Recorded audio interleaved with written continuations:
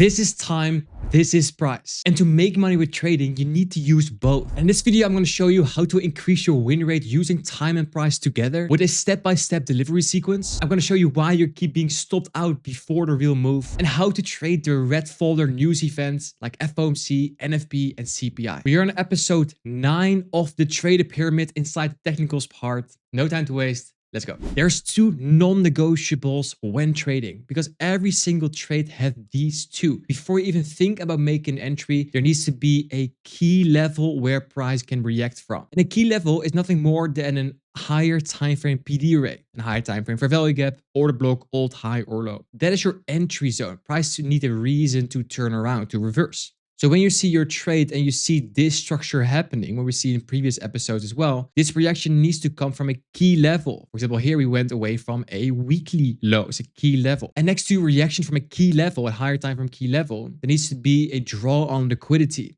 And in the liquidity episode of this mentorship, you saw already that there's two things price can do. It can go to external range liquidity and it can go to internal range liquidity. External range liquidity is alt highs and lows. Internal range liquidity is alt fair value gaps. So there needs to be reasons why price moves to certain targets. And when you have these non-negotiables in place, we need to talk about the delivery sequence, the step-by-step approach on how to trade time with price. Because in the previous episode about Killzones, I showed you when with the Killzones, but there's more to that.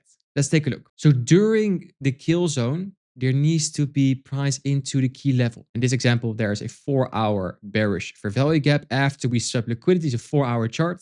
And we need to see a reaction. Well, if you look at this candle, this is a clear reaction from that level. We leave a wick. If we drop to the lower time frame then, to the 5-minute time frame here, we need to see some form of Judas swing and manipulation into the key level. And here we see that wick into the key level and then we reject from there. So there's where you need to pay attention. From that point, the third step is the structure shift. It's the last swing low that made the high. And when that gets broken right here with displacement, with a fair value gap created here, there is where the entry comes.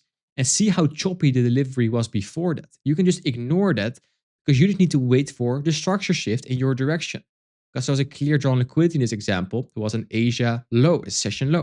And then if you want to enter, you enter in the fair value gap and then price delivers to the target. Recommended time frame for entry, I would recommend do the 1 and the 5 minutes. For the key levels, I would recommend using the daily and the 4-hour time frame. In later episodes, we're going to talk about time frame alignment, but for now, just remember these time frames. And then you look at this trade and you're like, okay, I see this, but I always get stopped out before the real move. What can I do to avoid that? There is where using high and low resistance liquidity. If you look at low resistance liquidity is where you get stopped out, you enter before the level was hit, nothing was swept, and nothing defends your position.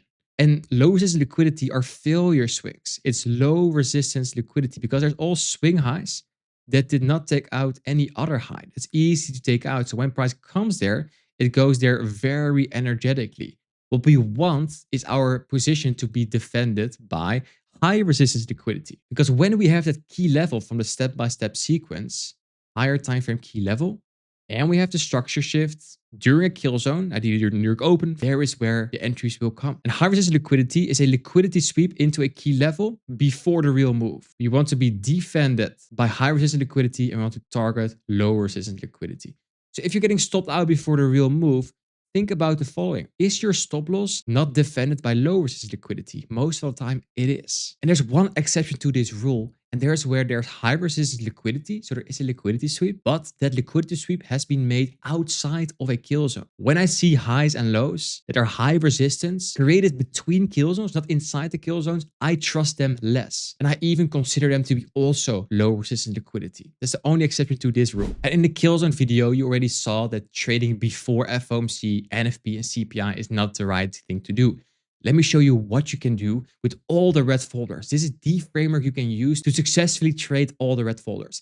And the key is waiting for where the liquidity is being swept. Because the first option is that news manipulates. That means the news is responsible for the liquidity sweep before the real move. If you are before a news event and there is no liquidity being swept yet, that means you can anticipate to wait for the red folder and then execute because the red folder did the heavy lifting for you. It did the liquidity sweep, the manipulation before the real move. But what if before news, price already swept liquidity. So before the news event, we already have the liquidity sweep. We already displace a little bit and the news comes right here.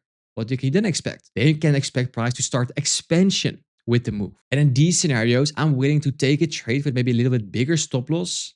In these scenarios, I'm willing to take a trade just before news with, of course, a good stop loss because I'm expecting this is high resistance liquidity. We are targeting low resistance liquidity. I'm willing to take that move any time of the week. So the key to trading news successfully is watching if the liquidity sweep in your key level has already happened. If it is, awesome, then you should expect news to expand. If it's not, expect news to do the heavy lifting for you. And there you have it, the 9th layer inside the technical part of the trader pyramid. If you got value from this video, make sure you like, hit the subscribe button and turn on the notification bell to not miss out on any of the 35 episodes here in this futures mentorship. PDF with all the slides and the frameworks are inside the description and also inside the free Discord with a ton of more free education. So make sure to check it out right now. Thanks for watching and I see you in the next one.